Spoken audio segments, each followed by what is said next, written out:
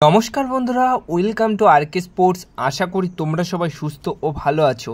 তো এই ভিডিওতে কিছু গুরুত্বপূর্ণ আপডেটস রয়েছে যেগুলো এক এক করে এই ভিডিওতে শেয়ার করব। তো আজকে যেরকম কথা ছিল যে কোচ হোসে মলিনা তিনি কিন্তু কলকাতায় পা রাখবেন।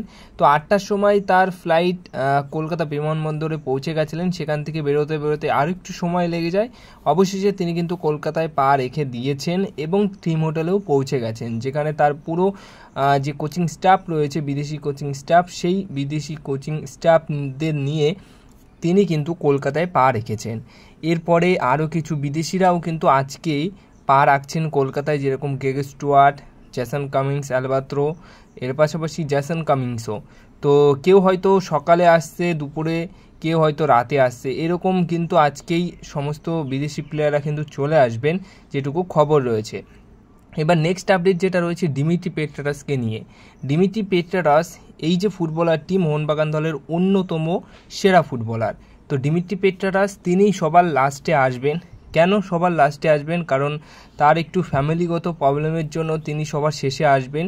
যেটুকু খবর রয়েছে আগামী মাসের 2-3 আগস্টের মধ্যেই তিনি কিন্তু পৌঁছে যাবেন, মানে 2-3 তারিখের মধ্যেই তিনি কিন্তু কলকাতায় পৌঁছাবেন।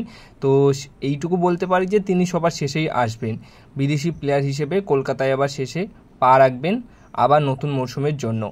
এছাড়া নেক্সট আপডেট যেটা রয়েছে সেটা হচ্ছে অনিরুদ্ধ থাপা।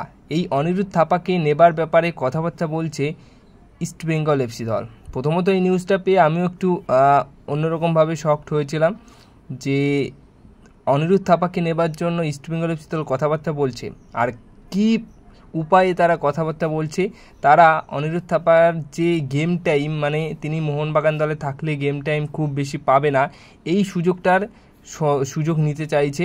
মানে এই যে বিষয়টা, এটার সুযোগ নিতে চাইছে, যাতে করে তাকে ভালোভাবে বুঝিয়ে যে তুমি গেম টাইম নাও পেতে পারো মোহনবাগান দলে, তুমি ইস্টবেঙ্গলে চলে আসো, ইস্টবেঙ্গলে তুমি অনেক গেম টাইম পাবে, এরকম একটা বিষয়।